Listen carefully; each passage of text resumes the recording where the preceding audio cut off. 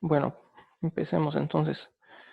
Para hoy tenemos el seminario de Palomar y vamos a ver unas cuantas aplicaciones también. En realidad este es un principio muy sencillo que me imagino que todos conocen ya, pero igual vamos a verlo aquí. En el mismo seminario lo hemos usado ya varias veces este semestre y el principio simplemente dice que si tenemos más palomas que palomares y metemos todas las palomas en algún palomar, va a haber un palomar que tenga por lo menos dos palomas. No tenemos suficiente espacio para darle a cada paloma su propio palomar. Y otra forma de ver esto, también es un resultado que habíamos visto antes, que si tenemos una función inyectiva de A en B, es porque el tamaño de A es menor que el tamaño de B. Entonces, de cierta forma, Palomar lo que dice es que si A tiene más elementos que B, no existe una función inyectiva. Cualquier función que hagamos no va a ser inyectiva. En este caso sería la función que a una paloma le asigna, por ejemplo, el palomar al que la enviamos. Pero eso nada más lo voy a dejar aquí como nota. ¿Okay? Entonces empecemos con un ejercicio eh, sencillo que nos dice, por ejemplo, 5 puntos en un cuadrilátero, en un cuadrado de lado 1. Y de estos 5 puntos hay que demostrar que por lo menos 2 están a distancia raíz de 2 sobre 2. Entonces, por ejemplo, tenemos aquí los 5 puntos y como queremos usar Palomar, una división en 4 partes del cuadrado, por ejemplo, en 4 partes iguales, eh, pasando 2 rectas paralelas en los puntos medios, nos diría que tiene que haber 2 puntos que están en el mismo cuadrito. En este caso tenemos, por ejemplo, este eh, cuadrito aquí, el de la derecha arriba, tiene 2 puntos. ¿Y qué nos dice este raíz de 2 sobre 2? Bueno, si el cuadrado original tiene el lado 1, quiere decir que medio cuadrado tiene el lado 1 medio. Y sabemos entonces que la distancia más larga de un cuadrado es la diagonal. Y la diagonal de un cuadrado del lado 1 medio es raíz de 2 medios. Entonces es simplemente 2 puntos en el mismo cuadrito y el diámetro del cuadrito en sí es ya este número, raíz de 2 sobre 2. ¿Okay? Bueno, vamos con una aplicación un poquito más general, con ejercicios en general, que de hecho vamos a ver muchos de este estilo. Deme cualesquiera n números, no importa cuáles sean. ¿Hay alguna suma de ellos? ¿Hay alguna forma de sumarlos de tal forma que este resultado sea un múltiplo de n? Entonces, ¿cómo es eso? Bueno, empecemos, digamos que tenemos los números a1, a2, hasta sub n. Y de hecho vamos a considerar sumas muy particulares, que va a ser la suma de los primeros términos. Entonces ese 1 va a ser a sub 1 y en general a sub k va a ser sume los primeros k términos. Y entonces, ¿qué podemos decir? Bueno, queremos usar Palomar. Pero aquí Palomar lo queremos usar con divisibilidad. Entonces, podemos empezar diciendo, bueno, si alguno de estos números fuera múltiplo de n, no hay nada que probar. Si alguno de ellos fuera múltiplo de n, ya tenemos una suma que es múltiplo de n, no hay nada que probar. Y en caso contrario, aquí es donde vamos a usar el principio de Palomar. En caso contrario, lo que nos dicen es que cada suma es congruente a algún número que no es 0. Y como tenemos n de estas sumas, y aquí nos quitamos uno de los residuos, quiere decir que el residuo de SI pertenece a uno de estos n-1 residuos, por Palomar vamos a encontrar dos sumas con el mismo residuo módulo n. ¿Y eso qué significa? En divisibilidad, si tenemos el mismo residuo, sabemos que al hacer la resta, vamos a tener un múltiplo de n. Entonces aquí, bueno, ¿cuál restamos? ¿SI o SJ? Podemos suponer sin perder generalidad, uno de los dos índices tiene que ser más grande, entonces digamos que J es más grande que I. Si agarramos SJ menos SI, lo que nos queda es la suma desde los términos desde el I más 1 hasta el J. Y como estos dos tienen la misma congruencia, va a ser múltiplo de n a la resta. Okay. Vamos con otro ejercicio, pero tal vez aquí ustedes me pueden decir, digamos aquí nos piden, tenemos el conjunto de números desde 1 hasta 2n. Tenemos este conjunto de aquí y nos dice cuál es el mayor tamaño posible de un subconjunto tal que no haya dos elementos A, B en este conjunto S con la propiedad de que A divida B. Entonces tal vez aquí ustedes me pueden ayudar dándome algunos ejemplos de conjuntos que tengan esta propiedad, o mejor dicho, que no tengan la propiedad de que haya dos elementos, uno múltiplo del otro. Entonces no piensen en buscar el mayor, la idea del ejercicio es encontrar el mayor, pero de momento, si me pueden ayudar dándome algunos ejemplos de conjuntos que tengan esta propiedad de que no haya dos que uno divida a otro. Y luego podemos intentar determinar cuál puede ser el más grande. Entonces, ¿qué conjuntos podríamos usar aquí? ¿Qué conjuntos se les ocurre?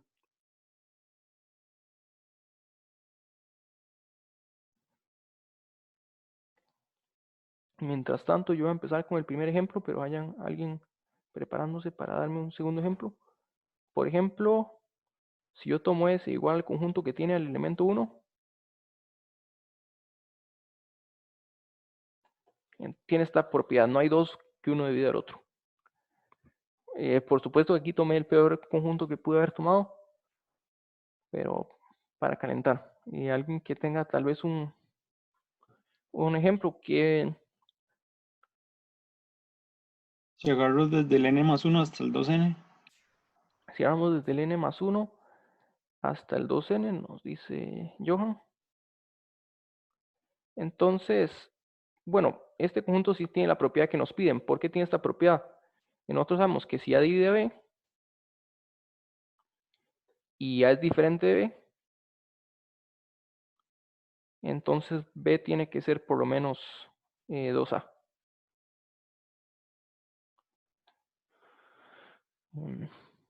Bueno, esto por lo menos en los enteros. O sea, la otra posibilidad es que sean negativos, pero aquí estamos hablando de positivos.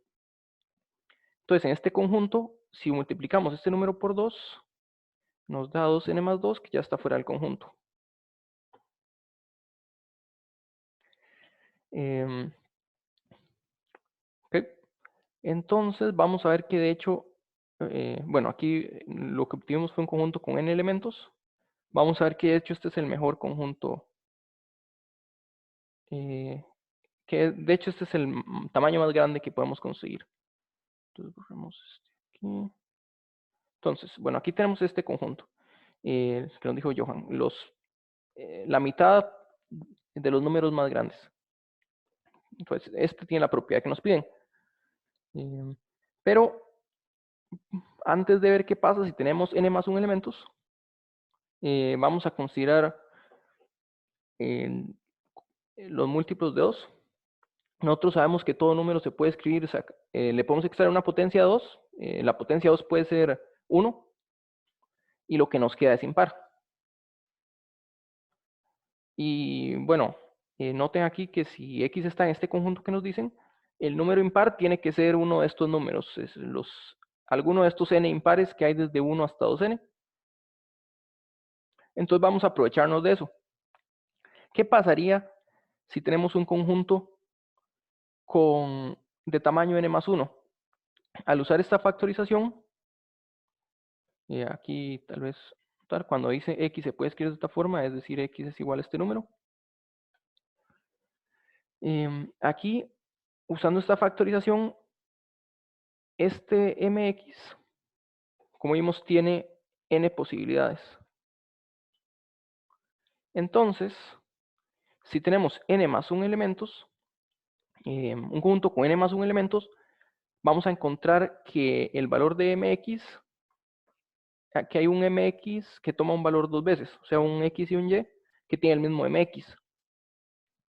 Y aquí de nuevo podemos asumir sin pérdida de genialidad que la potencia 2 de x es más pequeña que la de y. Y esto lo que nos dice es que, tal vez escribámoslo aquí, tenemos que x es una potencia de 2 por un impar. Entonces voy a llamar a este mx, voy a llamarlo solo como m porque es el mismo. Y y muy similar, pero la potencia 2 es más grande que la de x. Entonces aquí nosotros podemos escribir este número como 2 a la alfa de x y luego le agregamos lo que nos hace falta. Entonces alfa de y menos alfa de x.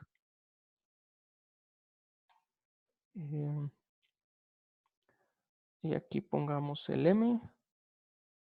Entonces lo que vemos aquí es que si eso pasa, y va a ser un múltiplo de x. Aquí rescatamos a x y nos queda algún término más.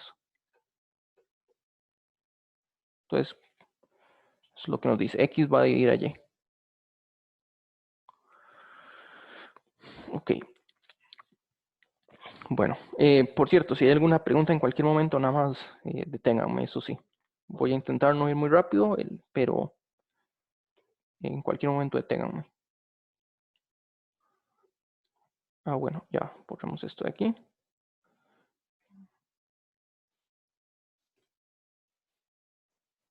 Ok.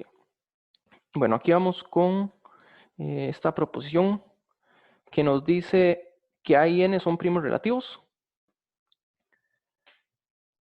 Y que si eso pasa, no importa cuál sea la A, mientras sea primo relativo con N, vamos a encontrar una pareja de puntos XY en este conjunto con la propiedad de que si agarro X y le resto a veces Y, o agarro X y le resto A más Y, alguno de estos dos va a ser un múltiplo de N. ¿Okay? Entonces, ya hicimos un ejercicio de divisibilidad. El segundo ejercicio había sido divisibilidad, que suma de términos nos da múltiplo de N. Y vamos a ver que la idea termina siendo la misma, en el sentido de que en divisibilidad, si tenemos dos congruencias iguales, podemos restarlas para encontrar un múltiplo de n. Eso es lo que usualmente queremos llegar. Entonces, tal vez, para un poco más visual, aquí tenemos todas las parejas de puntos posibles. Bueno, de hecho, 0 no está permitido aquí, pero por un momento vamos a considerar todas estas parejas. Vamos a incluir, vamos a dejar al 0 de momento. Vamos a considerar todas estas parejas con x y y. Vamos a, de momento, permitir que pueda ser 0.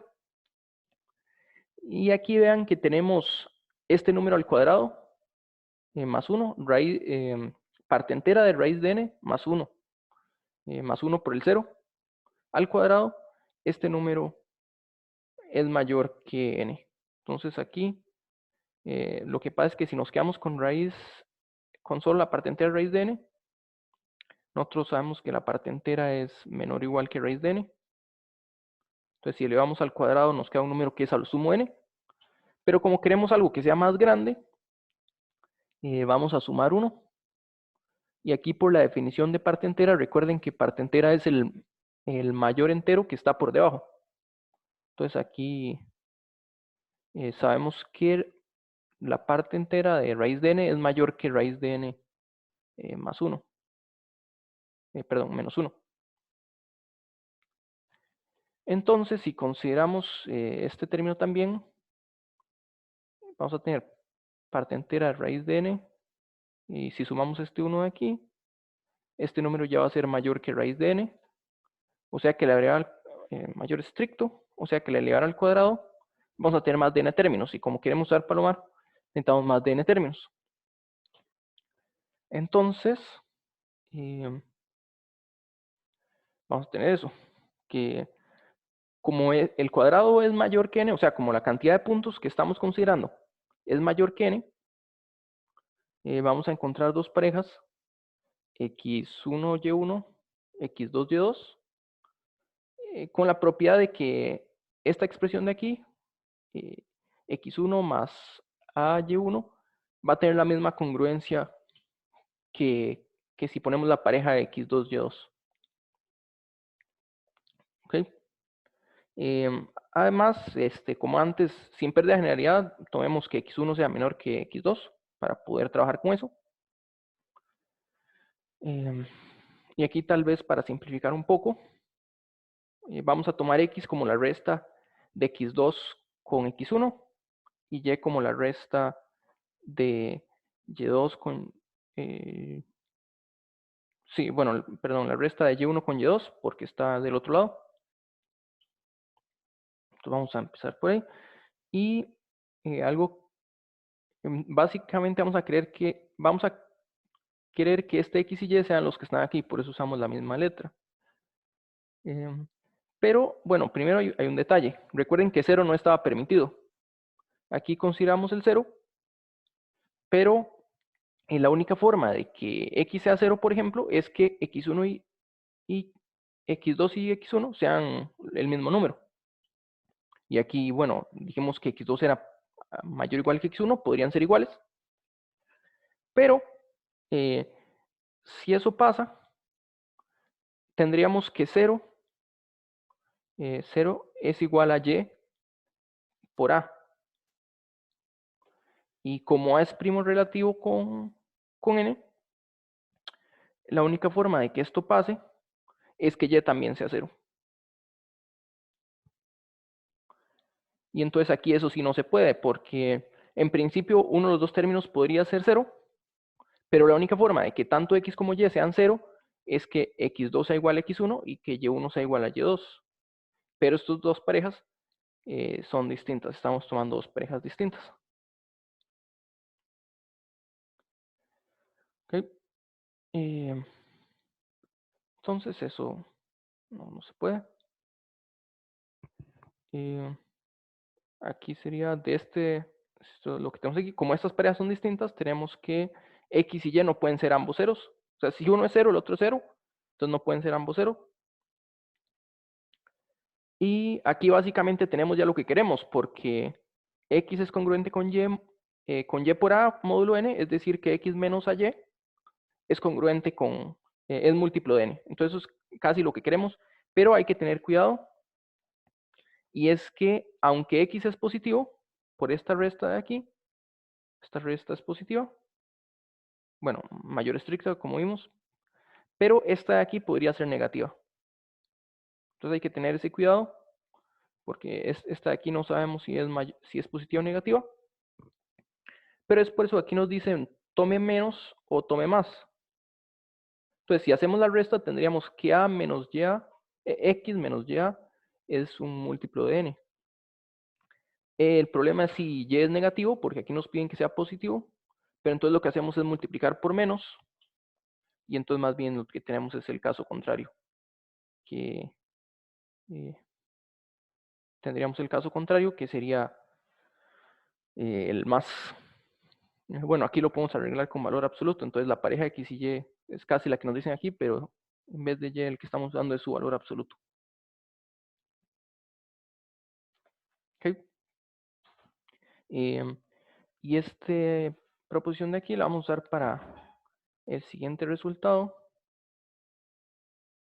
que nos dice que un primo de la forma 4k más 1, un primo congruente con 1 módulo 4, se puede escribir como la suma de dos cuadrados. Y para eso, bueno, vamos a usar el lema anterior, la proposición anterior. Necesitamos escoger un A apropiado y de la usar el X y Y. Entonces, primero vamos a tomar un A tal que a la 2 es congruente con menos 1 módulo P. Que eso solo pasa cuando P es congruente con 1 módulo 4. Y este de aquí se podía tomar usando el teorema de Wilson, que decía que P menos 1 factorial es congruente con menos 1. P menos 1 factorial es congruente con menos 1. Y si P menos 1 es múltiplo de 4, se puede ver que esto es un cuadrado. Entonces, por el lema, lo que sabemos es que x es congruente con más o menos y módulo p. Y aquí debería ser p. Problema, sabemos eso. Y eso lo único que nos dice, bueno, eso lo que nos dice es que al elevar al cuadrado podemos quitarnos del más y menos. Y luego, como a al cuadrado es menos 1, nos va a quedar que x es congruente con menos y módulo. X a la 2 es congruente con menos y a la 2 módulo p. Entonces, tenemos casi lo que queremos, que x a la 2 más y a la 2 es congruente con 0. O sea, p dividida x a la 2, 2 más y a la 2. De momento no sabemos que sean iguales. Pero aquí es donde entra el conjunto en el que estamos considerando los números. Los números desde 1 hasta raíz de n. Entonces, ¿qué significa eso? Tanto x como y son positivos, son mayores estrictos que 0, pero son menores que raíz cuadrada de p. Y eso lo que nos va a decir es que al elevar al cuadrado, cada uno de los números va a ser menor que p. O sea que la suma es menor que 2p. Y es positiva. Y entonces aquí es un múltiplo de p que está entre 0 y 2p. Y el único múltiplo de p que está ahí es p. Entonces, tenemos que p se puede escribir de la forma x a la 2 más y a la 2. Bueno, ¿sí? ¿Alguna pregunta hasta aquí?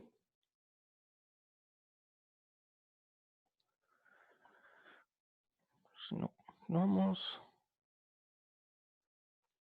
Ok, empecemos con este resultado que es la aproximación de Dirichlet, que de hecho el principio de Palomar también se le conoce como principio de Dirichlet, porque Dirichlet lo usó para esta aproximación. Y lo que nos dice es que cuando tenemos un irracional,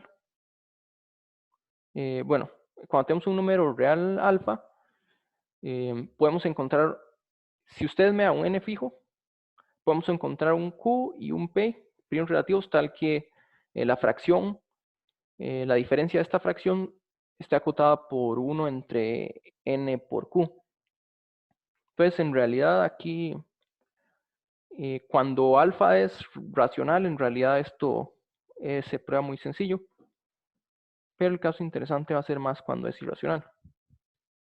Igual, vamos a ver qué pasa en este caso.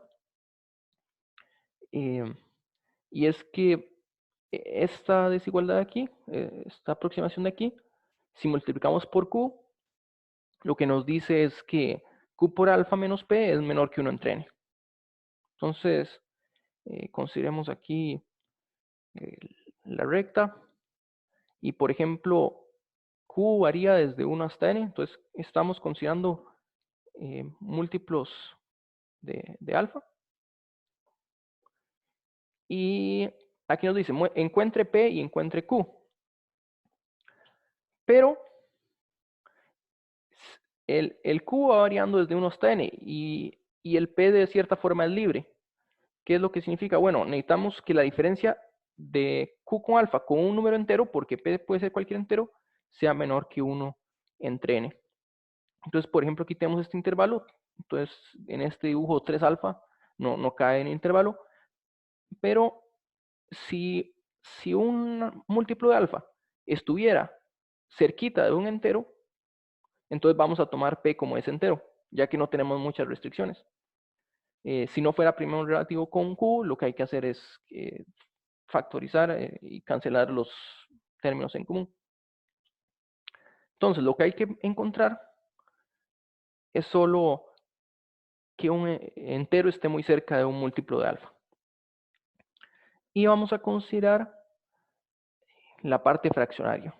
Entonces, no sé si todo el mundo la ha encontrado la parte fraccionaria antes, que es tome x y quite la parte entera. Entonces, aquí en este ejemplo que estamos viendo, tenemos que la parte entera no es lo importante, sino qué tan cerca estamos de un entero.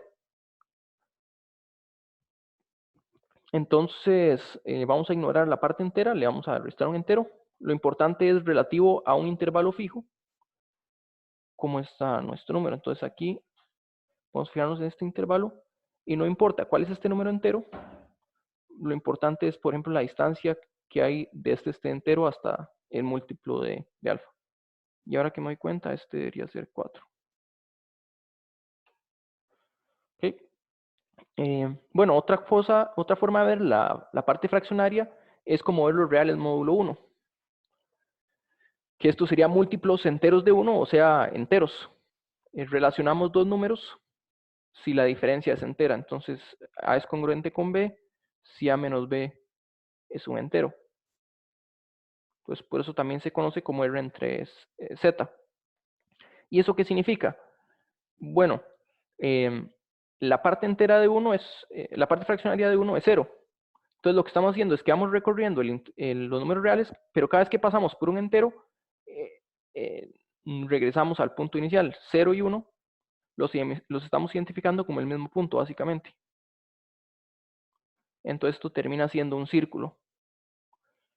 Si consideramos los reales módulo 1, lo que tenemos es un círculo que es igual cuando consideramos los enteros módulo n. Teníamos básicamente un círculo, aquí pasa lo mismo. 0 y 1 son el mismo punto, entonces imagínense cerrar esta recta, obtenemos lo que es equivalente a un círculo. Bueno, dejando eso un poco de lado, ¿de qué nos sirve considerar los números desde 1 hasta n? Como queremos una distancia menor que 1 entre n, vamos a dividir el intervalo en n partes, todas iguales. Igual que antes, vamos a considerar múltiplos de alfa, pero sus partes fraccionarias. Entonces aquí, bueno, queremos que Q sea lo sumo n.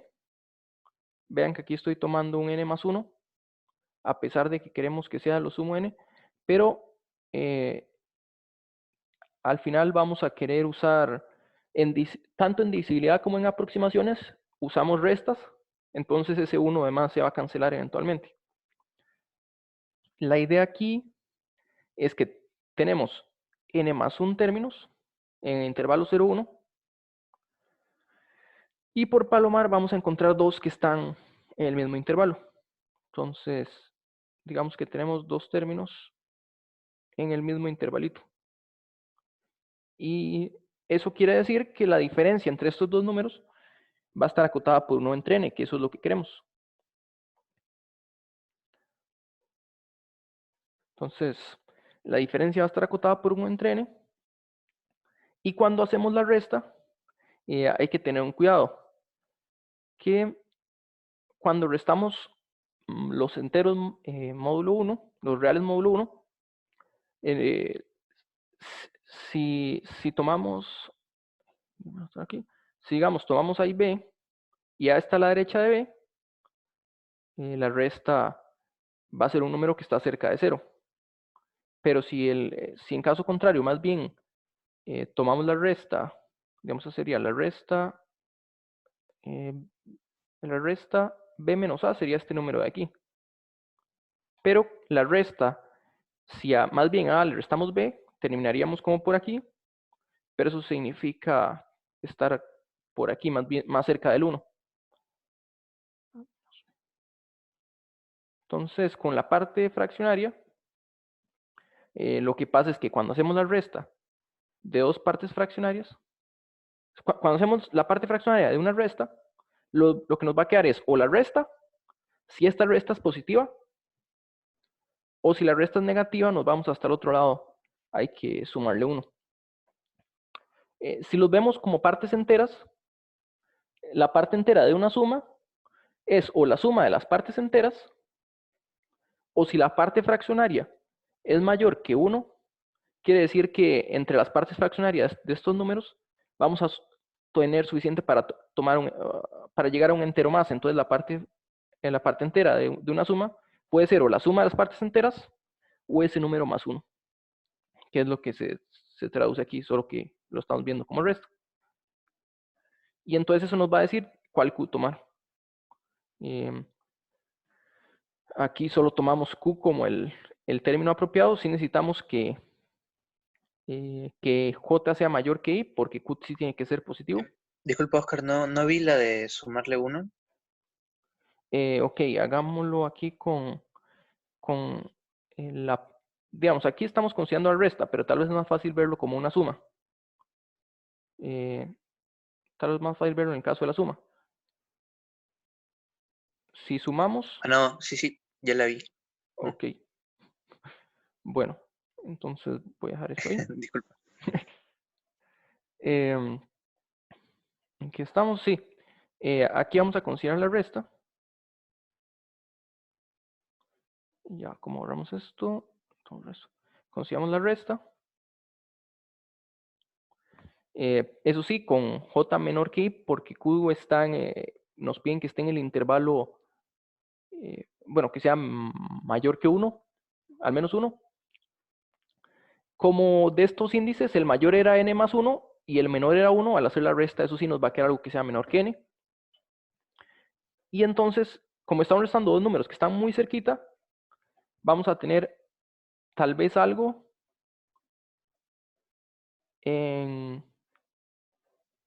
vamos a tal vez tener algo en el intervalo desde 0 hasta 1 entre n, pero como dijimos antes, si esta resta más bien negativa, nos va a mandar hasta el otro lado del círculo, del intervalo, y vamos a tener algo en el intervalo n-1 sobre n hasta 1. En ambos casos, eso es lo que queríamos llegar, a que la distancia con un número entero es menor que 1 entre n. Entonces este número q va a ser el que nos sirve. ¿Sí?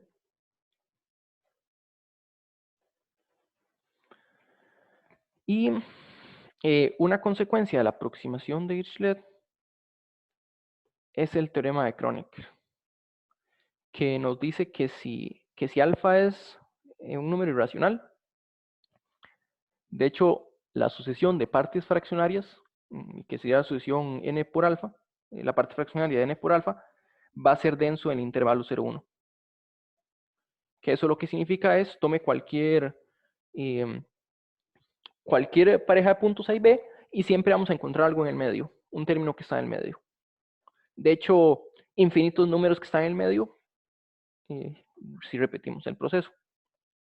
Entonces, vamos a partir del teorema de Dirichlet, de la aproximación de Dirichlet, que nos decía que para cualquier n podemos encontrar un múltiplo de alfa que se encuentre o en el intervalo 0,1 entre n, o el intervalo más bien el que se encuentra por aquí, distancia 1 entre n con 1. Pero el resultado, la prueba va a ser igual, entonces vamos a asumir para la prueba que nuestro punto q por alfa está en este intervalo. Entonces, eso no hay ningún problema. Ahí es donde partimos de Dirichlet. Y entonces aquí nos dice, bueno, un múltiplo de alfa que tiene esta propiedad, pero en vez de concentrarnos en los múltiplos de alfa, en todos los múltiplos de alfa, vamos a concentrarnos en los múltiplos de q por alfa. Entonces, por ejemplo, 2q por alfa está por ahí. Y lo que sabemos, bueno, si seguimos considerando múltiplos, vamos a ir pegando saltitos, vamos a ir avanzando, y lo único que sabemos es que en cada salto vamos a estar creciendo un número que es menor que 1 entre n, porque esa es la cota que le dimos. Entonces, por ejemplo, podemos tomar 1 entre n, bueno, n es tan grande como queramos, eso es para cualquier n, podemos encontrar el q. Entonces podemos tomarlo de tal forma que el intervalo desde 0 hasta 1 entre n sea más pequeño que el intervalo desde a hasta b. Y luego la parte fraccionaria va a ir creciendo, hasta que pase por 1 va a seguir creciendo. Pero entonces llega un punto en el que vamos a estar antes de a y que después de ese punto supera a. Entonces agarremos el mayor múltiplo tal que su parte fraccionaria es menor que a. Y si tomamos el múltiplo que le sigue, como este salto es menor que 1 entre n, y 1 entre n es más pequeño que el intervalo, el número no se puede saltar todo el intervalo. O sea, el número no puede caer fuera del intervalo, porque si no sería un salto muy grande. Quiere decir que ese número va a estar entre A y B. Entonces es el teorema de Kronecker, básicamente. Y como una pequeña aplicación del teorema de Kronecker, vamos a considerar este ejercicio. Que existe un entero positivo n, donde el seno de n es menor que 10 a la menos 10. Entonces, en realidad, este 10 a la de menos 10 es un número muy pequeño, que de hecho es el chiste aquí, que no importa qué tan pequeño sea el número de la derecha, siempre este ejercicio siempre va a ser cierto. Entonces, ¿cuál es la idea? Bueno, el seno es periódico, tiene un periodo de 2pi. De hecho, valor absoluto de seno tiene un periodo de pi, pero concentrémonos en el periodo de 2pi. Y seno de 0 es 0. Y existe un número muy pequeño, tal que seno de ese número es 10 a la menos 10. Entonces, digamos que aquí lo vamos a marcar. Aquí lo estoy marcando con este intervalo azul. Entonces, si nuestro número está muy cerquita de 0, digamos que seno de ese número va a ser menor que 10 a la menos 10. Entonces, el ejercicio, en el teorema de Kronecker nos habla de un irracional. Y aquí n no es irracional. Pero la diferencia es que el seno trabaja en el círculo unitario, que es de diámetro 2pi. Entonces, si queremos comparar el círculo unitario con el intervalo 0,1, hay que dividir por un factor de 1 entre 2pi. Y eso es lo que nos va a convertir este n en un irracional, al sacar su correspondiente al encoger el círculo en este intervalo. Bueno, el intervalo visto como módulo 1, o sea, como el 0 igual a 1. Y entonces aquí, pues lo que tenemos es que para que sea menor que 10 a la menos 10, la distancia de n con un múltiplo de pi tiene que ser menor que epsilon. Donde epsilon se define precisamente como el seno inverso de 10 a la menos 10. Pero cualquier número ahí sirve. Luego, podemos usar la densidad de la sucesión n entre 2pi, porque 1 entre 2pi es irracional. Y entonces vamos a encontrar un múltiplo tal que este múltiplo por 1 entre 2pi, su parte fraccionaria va a ser menor que epsilon sobre 2pi. Eso es lo que queríamos probar, devolviéndonos a la parte inicial. Entonces m menos 2pi por k va a ser menor que epsilon. Eso es lo que significa. Bueno, aquí tal vez me comí un 2. M menos, sí, en vez de k es un 2k, pero es lo mismo, es un entero. ¿Okay? Entonces es una aplicación de Kronecker. De hecho, en el anexo hay otra que involucra una serie. Vamos tal vez dejando las aproximaciones por un momento. Bueno, voy a ahorrar esto primero. Y tenemos el teorema de Erdős-Ekers, que dice lo siguiente: si nosotros tenemos una sucesión con a por b más 1 números, podemos encontrar una subsucesión que tenga o a más 1 números de forma creciente, o una sucesión que tenga b más 1 números que esté de forma decreciente. Entonces aquí, por ejemplo, bueno, aquí hay 9 puntos. Y aquí vemos que hay una subsucesión decreciente de longitud 5. Entonces, bueno, el teorema nos garantizaría aquí como en... ¿Cuántos puntos dije que había? Dije que había 9, pero sí hay 9. Entonces el teorema nos garantiza, por ejemplo, o 4 en forma decreciente o 2 en forma decreciente. 4, sí. Pero aquí estamos... Esta configuración tiene mucho más de lo que nos diría este número de aquí, esta cota de aquí. Y ¿qué tiene que ver este teorema con el principio de Palomar?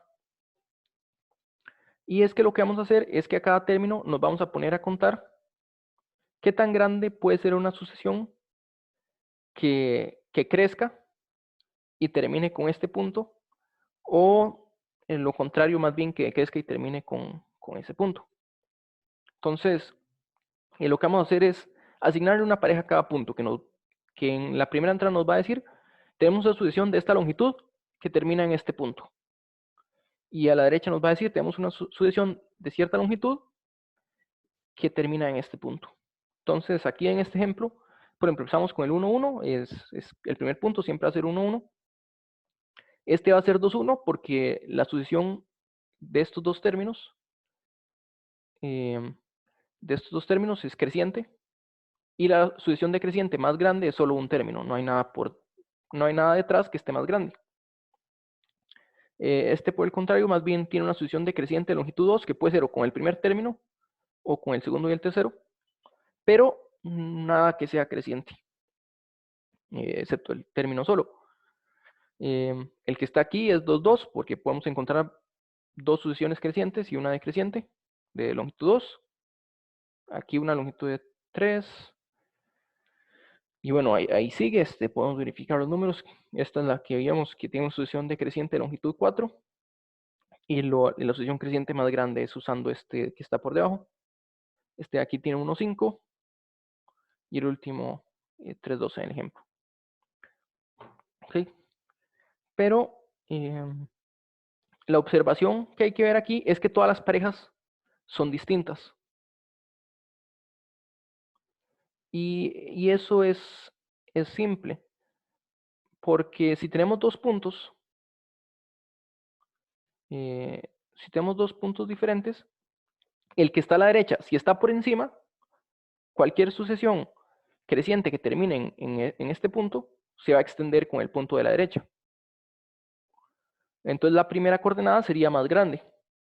Mientras que si por lo contrario, este punto más bien estuviera por debajo, la sucesión más grande decreciente que termine en el punto de la izquierda se extendería cuando incluimos el de la derecha. Entonces lo que se ve es que todas las parejas son distintas, todas las parejas que asignamos son distintas. Y tenemos una pareja por cada punto, o sea, tenemos A por B parejas, A por B más 1 parejas. Y si no hubiera ninguna sucesión creciente de longitud A más 1, quiere decir que la sub I estaría acotado por A. Y si no hay sucesión decreciente de longitud B, el B sub I estaría acotado por B. O sea, que las parejas deberían pertenecer a este intervalo, a este producto de conjuntos, con las parejas que van desde 1 hasta A o del lado derecho desde 1 hasta B, lo cual claramente no se puede porque este conjunto tiene tamaño A por B.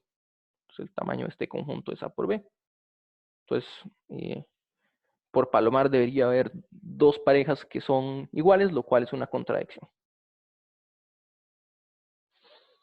¿Okay? Bueno, y entonces, en realidad Palomar es un poco versátil. Aquí de momento solo hemos usado que si tenemos que si tenemos más de n más un, que si tenemos al menos n más un palomas y n palomares, entonces va a haber dos palomas en el mismo palomar. Pero de hecho podemos decir un poco más. Que sería, si tenemos cierta cantidad de números y hacemos la división, entonces, por ejemplo, si tenemos 20 palomas y 3 palomares, entonces al hacer la división, 20 entre 3 es, bueno, 6 punto algo, o sea, mayor que 6. Si tenemos 20 palomas y 3 palomares, va a haber 7 palomas en el mismo palomar. Eso es lo que en realidad nos dice una versión un poco más general, que es el principio de palomar fuerte.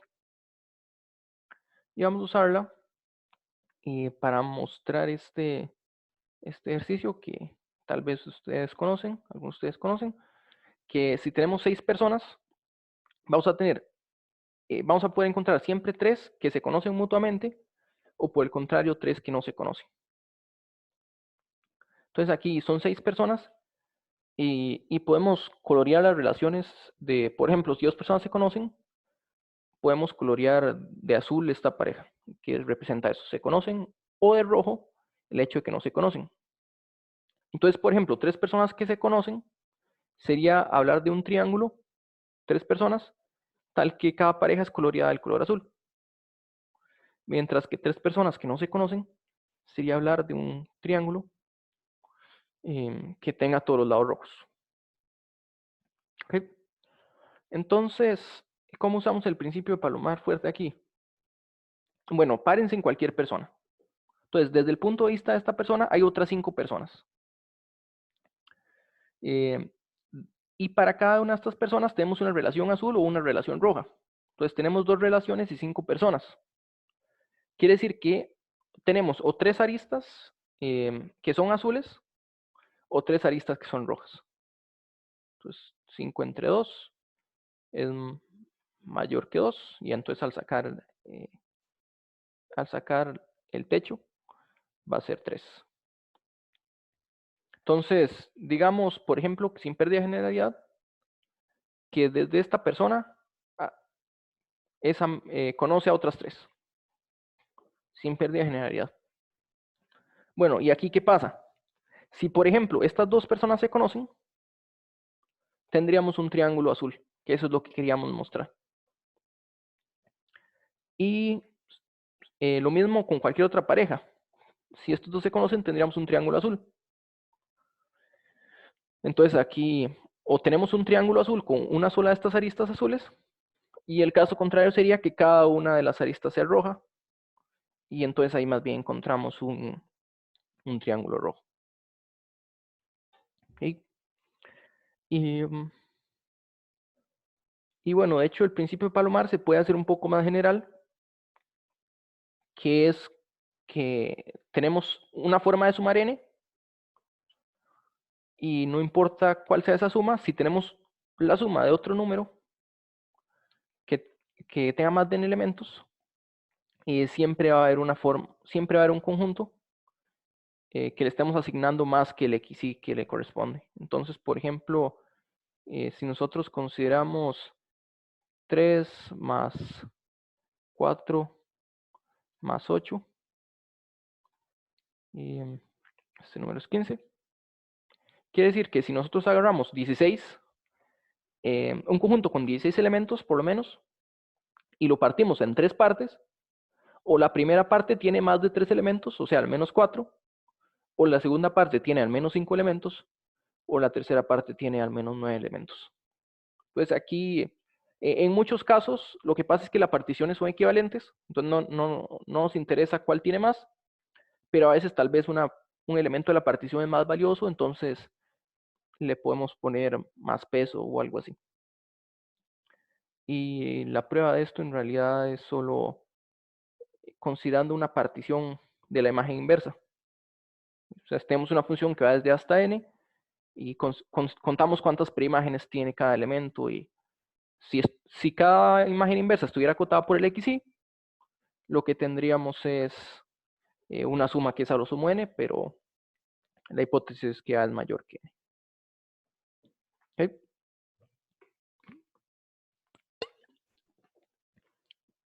Y hay una versión más de Palomar, que es cuando trabajamos con conjuntos infinitos.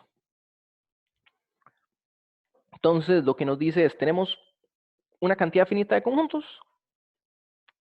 pero infinitos elementos, infinitas palomas. Si las metemos todas en algún palomar, entonces un palomar va a quedar con infinitas palomas, lo que nos dice. Y una de las aplicaciones que vamos a ver es el teorema de Ramsey, que nos dice que tenemos los naturales y coloreamos cada pareja con alguno de 2 colores, digamos rojo y azul, rojo o azul. Entonces el teorema de Ramsey lo que dice es que no importa cómo coloreemos estas parejas, que son de números naturales, siempre vamos a encontrar un conjunto S infinito, tal que toda pareja esté coloreada del mismo color.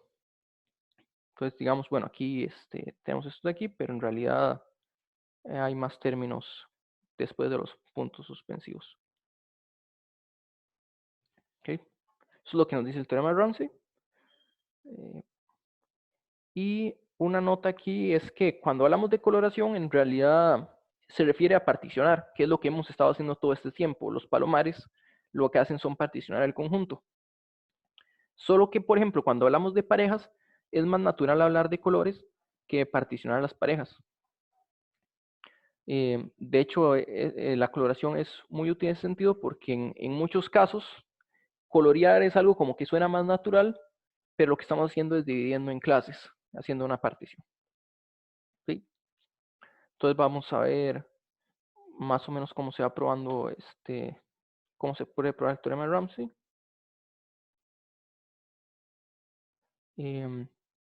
Aquí lo tenemos de nuevo, solo que aquí le hice un cambio que dice que toda pareja es monocromática. Entonces, monocromática significa que tiene el mismo color. Entonces, es la terminología que vamos a usar aquí. ¿Okay? Entonces, vamos a usar el principio de Ramsey infinito. ¿Eso qué significa? Bueno, párense en un término. Digamos, x1 es igual a 1. Piensen que x1 es igual a 1. Y vamos a... y hay una arista que va desde 1 hasta todos los demás números naturales.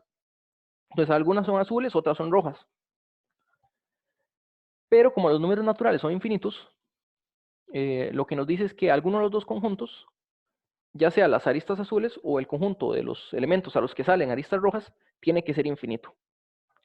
Tal vez ambos, pero por lo menos uno. Entonces, digamos aquí, supongamos que a sub 1 las aristas azules son infinitas. Entonces, que los elementos de los que de x1 sale una arista azul, supongamos que es infinito, y tome cualquier punto x2. Aquí lo vamos a ver primero con un dibujo y ahorita viene la forma algorítmica de cómo se encuentra lo que queremos. Entonces, lo mismo podemos decir de x2. De x2 salen hacia los demás enteros, olvidándose del anterior, de los anteriores. Bueno, los que están fuera de A sub 1, salen aristas rojas o aristas azules. Y como hay infinitos números, dentro de A sub 1 va a haber un conjunto infinito para el cual toda arista que va desde x2 hasta este conjunto es del mismo color, ya sea roja o sea azul. Digamos en este ejemplo azul, rojo. Y supongamos lo mismo para x3. Bueno, y aquí estoy coloreando x1 de azul y x2 de rojo para recordar qué fue lo que pasó cuando tomamos ese elemento. Ahorita entramos en detalles. Entonces podemos seguir repitiendo el proceso de que nos paramos en un número, tenemos aristas que salen de color azul y aristas que salen de color rojo. Algunos de los conjuntos es infinito y vamos a quedarnos con el que sea infinito. Si ambos fueran infinitos, nos quedamos con cualquiera. Eso no hay ningún problema. Y así vamos haciendo una sucesión y le vamos asignando un color a cada término de la sucesión. Entonces, aquí botamos muchos términos. Pero ¿qué significa este color que tienen los números? Por ejemplo, el color azul de x4 significa que no importa cuál término agarre en la sucesión que esté por delante de x4, siempre sale una arista azul. Entonces, siempre sale arista azul a todo lo que sigue después de x4. Y el color rojo de x6 significa que todo lo que está delante de x6 tiene una arista roja con x6. Entonces aquí lo que vamos a hacer es que tenemos una coloración tenemos una sucesión, una cantidad infinita de números con color azul o rojo, y entonces nos podemos quedar con algunos de los dos colores, va a tener infinitos términos, y nos vamos a quedar con ese conjunto. Entonces, si por ejemplo hay infinitos números azules, esta sucesión va a tener la propiedad que nos piden, porque en cualquier conjunto azul, de cualquier elemento que esté azul, a la derecha van a salir aristas azules. Okay. Entonces, bueno, aquí algorítmicamente está escrito. Empezamos con un conjunto que puede empezar con los naturales y que x1 sea 1. Y vamos a definir un conjunto Sn.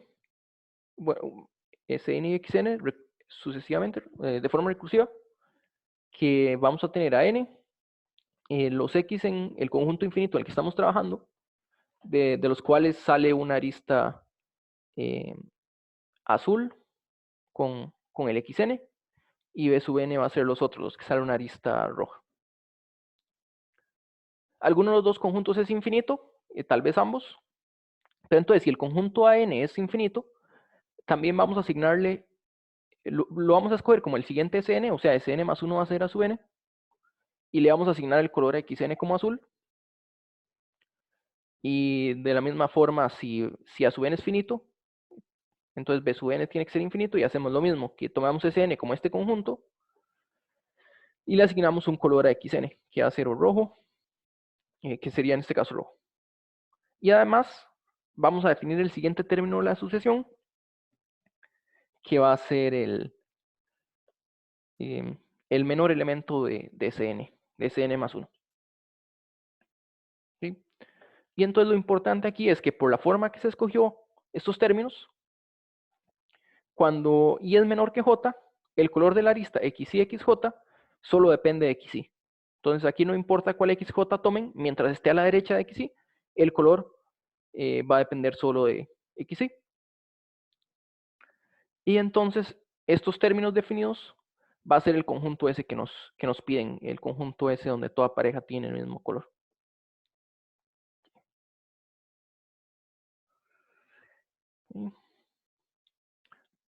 Bueno, aquí hay un ejercicio para entender más o menos la prueba, que es generalizarlo. O sea, esto en realidad es cierto si en vez de hablar de dos colores, hablamos de cualquier cantidad de colores.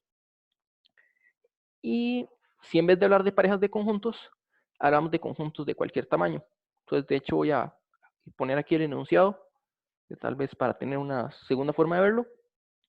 Entonces, K y R están fijos, R va a ser la cantidad de colores y K el tamaño de los conjuntos. Y tenemos una función que va de n escojo K, que n escojo K es el conjunto de todos los subconjuntos de n con tamaño K, en un conjunto de R elementos, y que representa los colores. C sería una función de coloración. Entonces, coloración, que es lo mismo que partición, darle R colores. Y luego encontramos un subconjunto S de n, tal que C es constante en S escojo K. Entonces, constante como función quiere decir todos tienen el mismo valor, o en otras palabras, cada conjunto tiene el mismo color. ¿Okay? Entonces vamos a ver un pequeño ejercicio con el teorema de Ramsey. Bueno, tal vez antes de pasar, vean que si por ejemplo K es igual a 1, si K es igual a 1, los conjuntos de tamaño 1 sería básicamente el mismo conjunto. O sea que dice, si coloreamos los números, todos los números naturales, con 1 entre R colores, va a haber un subconjunto S que de números infinito, todos con el mismo color. Es el principio de Palomar. Que de hecho, si examinan la prueba anterior con cuidado, básicamente estamos haciendo inducción, pasando el caso 2, donde K es igual a 2, usando Palomar, que es el caso K igual a 1. Entonces el teorema de Ramsey en realidad, de cierta forma, es una generalización del principio de Palomar.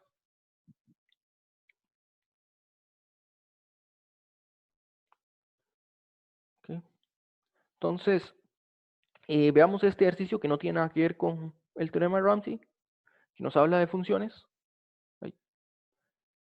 Tenemos K funciones, nos dicen que están acotadas, están definidas en los números reales, y nos dan otra función que de cierta forma se relaciona con estas de aquí, y se relaciona de esta forma.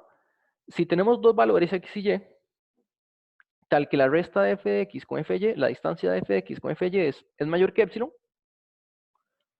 entonces el máximo de las diferencias de los gi's evaluados en x menos el gi evaluado en y va a ser mayor que este delta.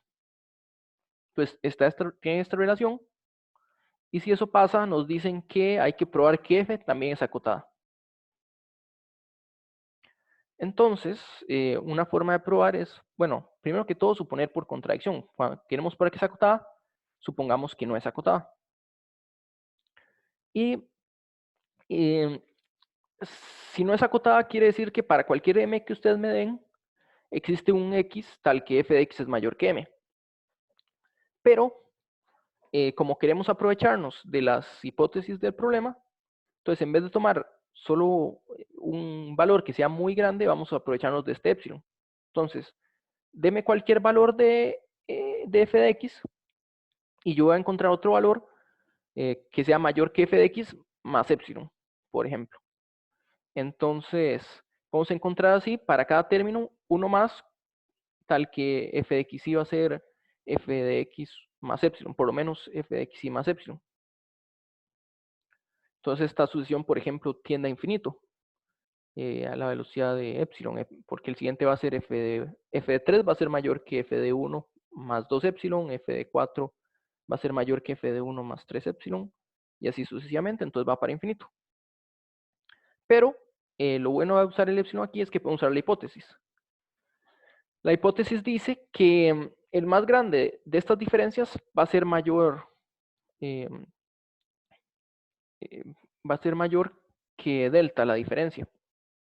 Entonces nada más podemos decir, bueno, para alguna de estas funciones, aquí no debería haber usado k, porque k ya se usó antes, digamos t. O tal vez es más fácil modificar este de aquí.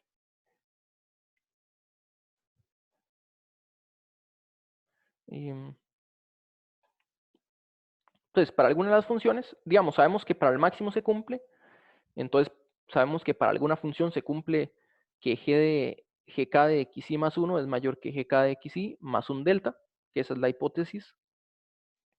Y entonces lo que vamos a hacer es colorear y hacer que este problema, que no tiene nada que ver con Ramsey, lo vamos a considerar como un problema de Ramsey haciendo una coloración,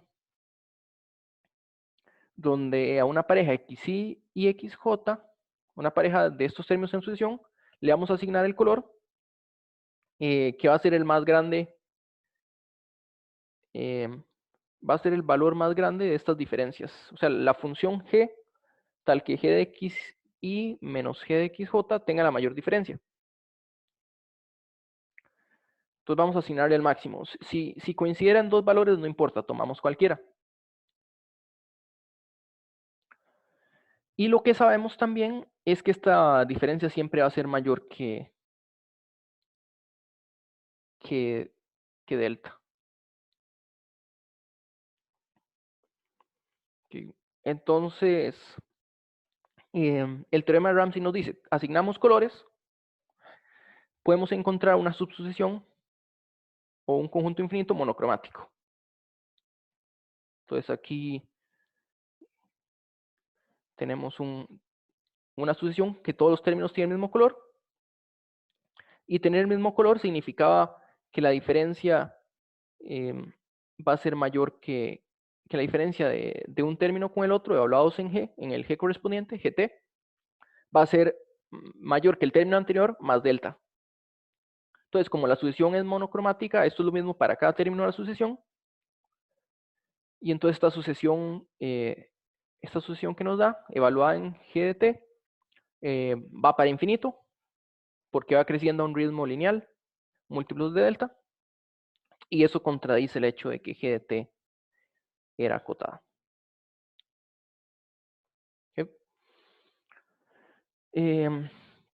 Ok, para ir terminando con el anexo, tenemos este resultado aquí, que toda sucesión posee una subsucesión monótona. Y si recuerdan que hace poco vimos el teorema de Erdos-Ekers, tal vez una pregunta que puede surgir es, ¿por qué Erdos-Ekers nos decía, si tenemos muchos términos, A por B más 1, entonces vamos a tener una sucesión más grande que A y una sucesión más grande que B? Entonces, ¿por qué Erdos-Ekers no implica este teorema? ¿Por qué tenemos que usar alguna otra herramienta? Y el asunto es que Erdos-Ekers nos diría inmediatamente que si tenemos una sucesión, vamos a encontrar una subsucesión monótona del tamaño que queramos, tan grande como queramos, pero eso no es lo mismo que decir que la sucesión sea infinita. Entonces, de inmediato Eros nos dice, deme cualquier número y vamos a encontrar una sucesión creciente que tiene por lo menos esta longitud. Y aunque este número pueda ser tan grande como queremos, no es lo mismo que decir que va a ser infinita. Entonces, eso es importante de destacar aquí. Y una forma de probar esto, de hecho, tal vez este es un resultado que conozcan cuando llevan un curso de cálculo, pero una forma de probarlo es con el teorema de Ramsey, que es que vamos a colorear una pareja, si está en forma creciente, le ponemos azul, por ejemplo, y si está en forma decreciente, le ponemos color rojo. Y el teorema de Ramsey nos dice, bueno, hay una sucesión monocromática, o sea, una sucesión donde todos los términos están en forma creciente, o todos los términos en forma decreciente. Entonces, esa es una forma de probar este resultado. Y ya el último resultado que tenemos aquí es Bolzano-Weierstrass, que también espero que sea bien conocido, pero creo que vale la pena ponernos como ejemplo de lo que podemos hacer con Palomar. Y entonces, bueno, Bolzano-Weierstrass nos dice que una sucesión acotada en los números reales, eso sí, siempre va a tener una subsucesión que converge. Y vamos a ver dos pruebas. La primera prueba, tal vez, bueno, la más sencilla, usando el resultado anterior, tomar una sucesión monótona y una sucesión monótona y acotada es convergente. Pero vale la pena hablar de la segunda demostración, que es, bueno, tal vez la recuerden, me imagino que muchos la habrán visto, que la idea es particionar el intervalo en dos partes. Digamos, la sucesión, como es acotada, está en un intervalo AB, y podemos partir el intervalo en dos partes, a la mitad, y tenemos infinitos términos, dos intervalos, uno de los dos intervalos tiene una cantidad infinita de términos. Entonces podemos tomar aquí, por ejemplo, el lado de la derecha, sea infinitos, y tenemos una subsucesión. Una subsucesión que pertenece a todo este intervalo, y luego la idea va a ser repetir el proceso, tomando otra vez el punto medio. Entonces, en general, vamos a tener una sucesión a sub k, y la idea es que podemos partir a la mitad del intervalo en que estamos trabajando, y en ese intervalo vamos a encontrar una subsucesión.